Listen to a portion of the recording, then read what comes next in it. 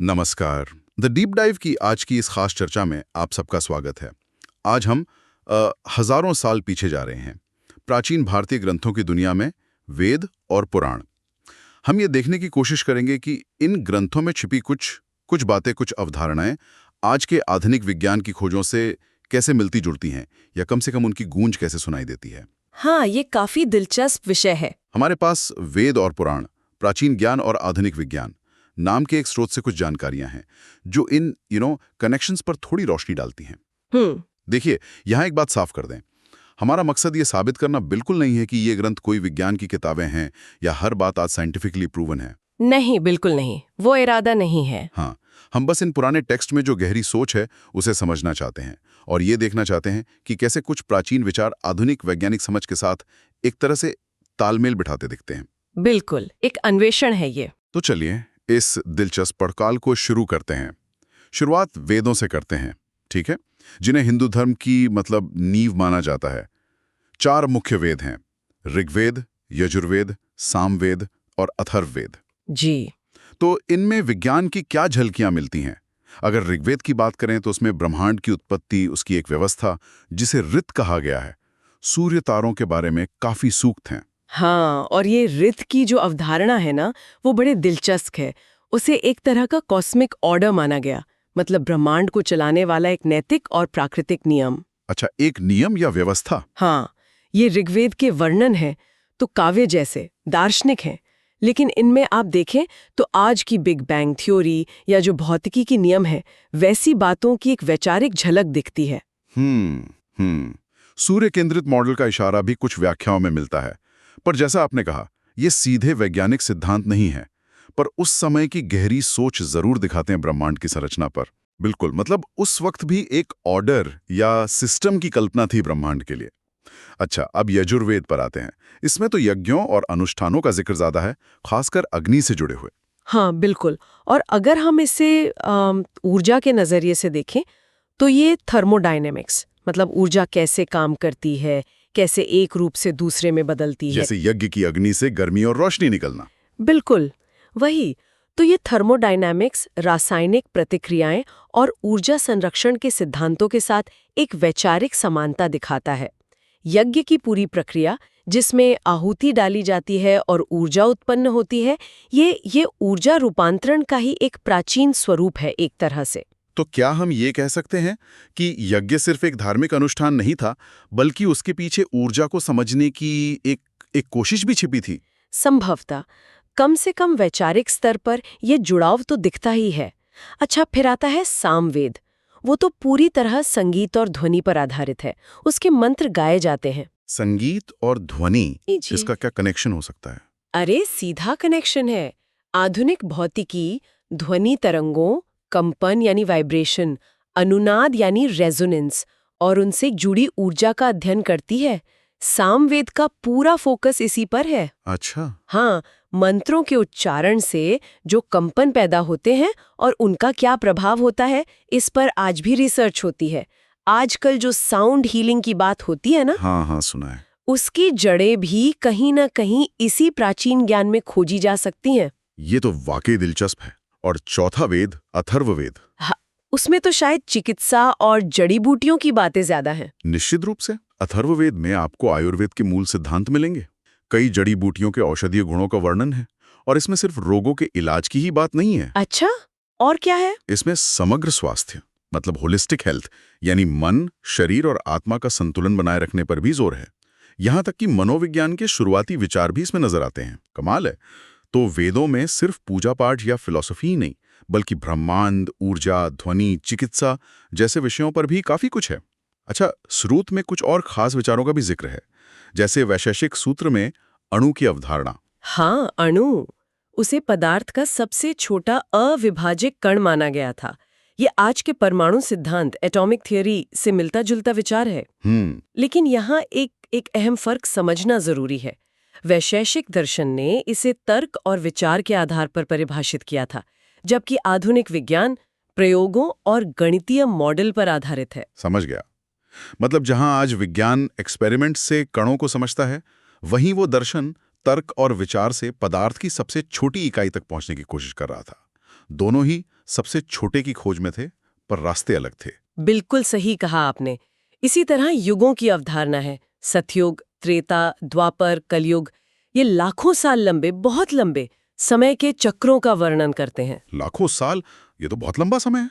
हाँ, और ये भूवैज्ञानिक युगों जैसे वैज्ञानिक समय चक्रों के विचार के समानांतर है। दोनों ही ये बताते हैं कि समय शायद सिर्फ सीधा सीधा नहीं चलता, बल्कि उसमें बहुत बड़े चक्र शामिल हो सकते हैं जिनमें निर्माण और परिवर्तन होता रहता है। एक एक विशाल चक्रीय समय की कल्पना। और वो मल्टीवर्स वाली बात। स्रोत कहता है कि कुछ वैदिक वर्णनों में कई लोकों या ब्रह्मांडों के संकेत भी मिलते हैं। हाँ, ये विचार आधुनिक कॉस्मोलॉजी में जो मल्टीवर्स की परिकल्पना है उससे वैचारिक रूप से मिलता जुलता है। मल्टीवर्स यानी ये सोच कि हमारा ब्रह्मांड अकेला नहीं, शायद कई और ब्रह्मांड भी मौजूद हों। लेकिन फिर वही बात कहूंगी, वैदिक संदर्भ में ये दार्शनिक और काव्यात्मक वर्णन है, जबकि मल्टीवर्स एक वैज्ञानिक हाइपोथेसिस है जिसके सबूत अभी खोजे जा रहे हैं। ये प्राचीन विचारकों की कल्पना की उड़ान है, वैज्ञानिक प्रमाण नहीं। क्या ये सिर्फ कल्पना थी या कोई गहरी, कोई अंदरूनी समझ? यह सवाल तो रह जाता है। खैर, ये तो हुई वेदों की बात, जहां फोकस ज्ञान, ब्रह्मांड के नियम, ऊर्जा और दर्शन पर ज्यादा दिखा। अब पुराणों की तरफ चलते हैं। हाँ, बिल्कुल। पुराणों में तो कथाएं, इतिहास, देवी देवता और अवतारों की बातें ज्यादा होती हैं, है ना? हाँ, पुराणों का अंदाज थोड़ा अलग है। वो उन्हीं गहरे विचारों को कहानियों, इतिहास, नैतिकता और अवतारों के जरिए सामने लाते हैं। लेकिन उनमें भी विज्ञान से मिलती-जुलती बातें छिपी हुई हैं, जैसा कि हमारे स्रोत में बताया गया है। जैसे स्रोत भागवत पुराण का जिक्र करता है, उसमें सृष्टि के चक्र, जीवन के अलग-अलग रूपों का आना और बहुत लंबे ब्रह्मांडीय समय का वर्णन है। बिल्कुल, इसमें जैसे सृष्टि की शुरुआत एक बिंदु या सूत्र से होना, फिर उसका विस्तार होना, अलग-अलग जीवन रूपों का धीरे-धीरे सामने आना, जिसे कुछ लोग एवोल्यूशन या विकासवाद की झलक मानते हैं। अच्छा, हाँ, और समय के विशाल चक्र, ये सब बिग बैंग थ्योरी, प्रजातियों के विकास, एवोल्यूशन ऑफ स्पीसीज और आधुनिक ब्रह्मांड विज्ञान कॉस्मोलॉजी के विचारों से काफी मिलते-जुलते लगते हैं। हालांकि ये समानताएं ज्यादातर रूपक के रूप में हैं, कहानियों में पिरोई हुई हैं। मतलब कहानी के रूप में कही गई बातें, जिनमें वैज्ञानिक विचारों की परछाई दिखती है। अच्छा, विष्णु पुराण में ग्रहों, तारों और ब्रह्मांड की व्यवस्था का जिक्र है। हाँ, उसमें ग्रहों की स्थिति, उनकी गति और ब्रह्मांड की संरचना के बारे में कुछ वर्णन मिलते हैं, जो उस समय के हिसाब से काफी रोचक है। इसे आधुनिक खगोल विज्ञान और ग्रह विज्ञान से जोड़कर देखा जा सकता है। पुनर्जन्म की अवधारणा को भी कुछ लोग जीवन चक्र के बायोलॉजिकल आइडिया से जोड़ते हैं, पर वो थोड़ी ज्यादा दार्शनिक व्याख्या हो जाती है। समझ गया।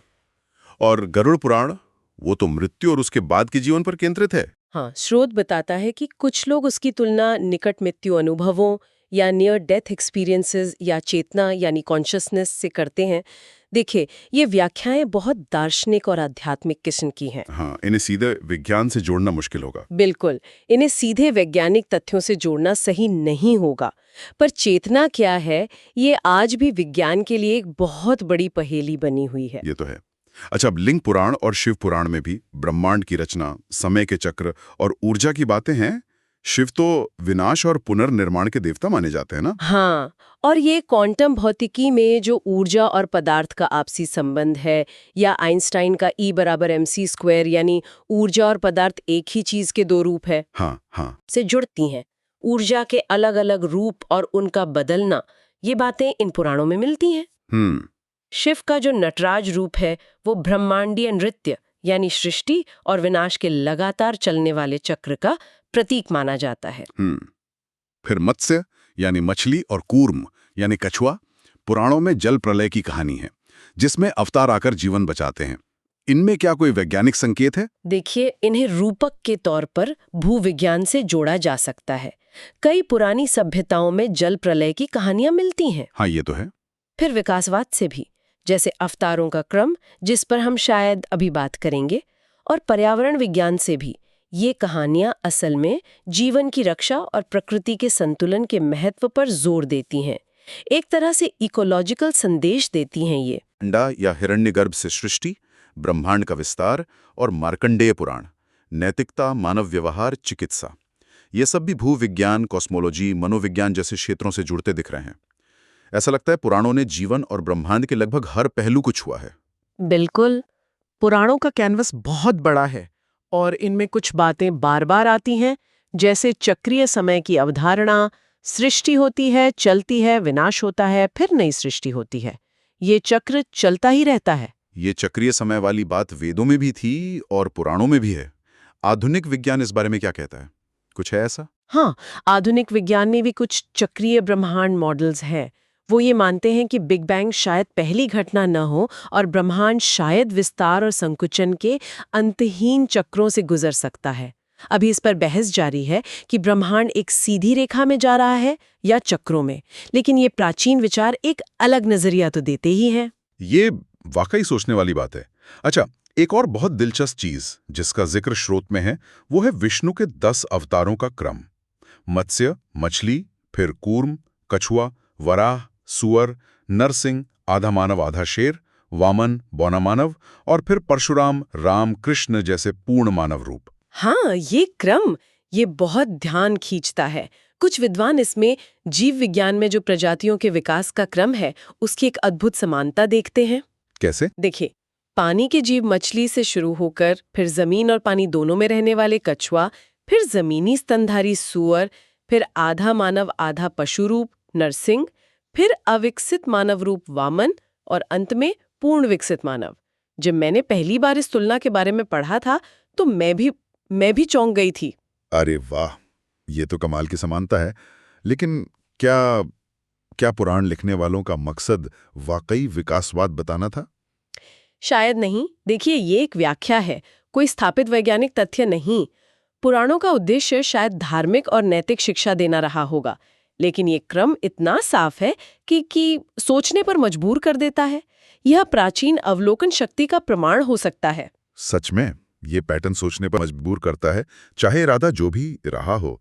अच्छा, वेदों की तरह पुराणों में भी ध्वनि और कंपन का महत्व है, जैसे ओम मंत्र। हाँ, बिल्कुल। ओम को ब्रह्मांड की मूल ध्वनि या कंपन माना जाता है। ये सृष्टि की ऊर्जा से जुड़ा है। ये विचार कुछ हद तक आधुनिक स्ट्रिंग थ्योरी जैसी अवधारणाओं से भी मेल खाता है, जो मानती हैं कि सब कुछ मूल रूप से ऊर्जा के कंपन है। फिर से वही ध्वनि और कंपन का महत्व। और खगोल विज्ञान स्रोत कहता है कि पुराणों में ग्रहों, तारों, ग्रहों का वर्णन काफी सटीक है। ये सच है। प्राचीन भारत में खगोल विज्ञान मतलब एस्ट्रोनॉमी काफी विकसित थी।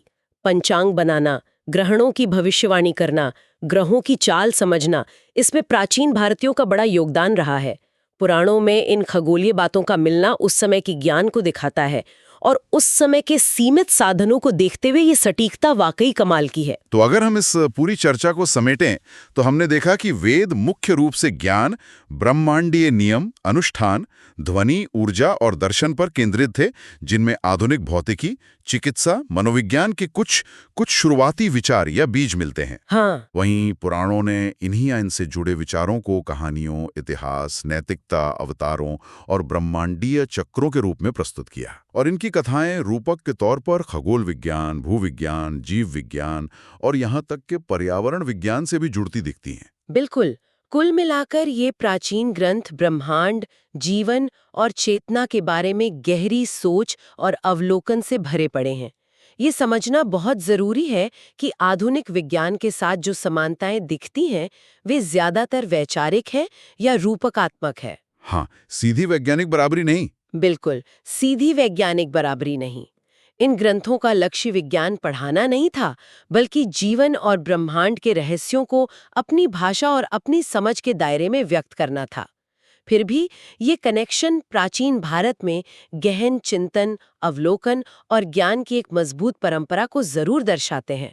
जैसा हमने शुरू में कहा था, हमारा उद्देश्य सिर्फ इन संबंधों को निष्पक्ष रूप से सामने रखना था, जैसा स्रोत में दिया गया है।